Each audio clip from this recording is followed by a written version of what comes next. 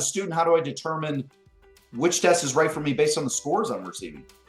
Excellent question, James. We have found through the years, unless there is some really big challenge in terms of the student's learning profile or any learning exceptionalities, we have found roughly about 80%, 80 to 85% over time, the scores are relatively the same. When you look at what's called a concordance, which are published by ACT and College Board and such, what we have found really the biggest difference is as Byron alluded to, the science section, which is almost a misnomer. You don't have to be very scientific at all. You just have to be very adept at weeding out the garbage information from the critical information, which is the reason those passages are ACT-wide, ACT dedicated section to it, is it's a critical skill for college. So when we take a look at those sort of extraneous details, when a student takes the test and they see that the scores are relatively the same, then we say which test sort of felt right to you. So there's an objective measure and a subjective measure. And then which one would you be more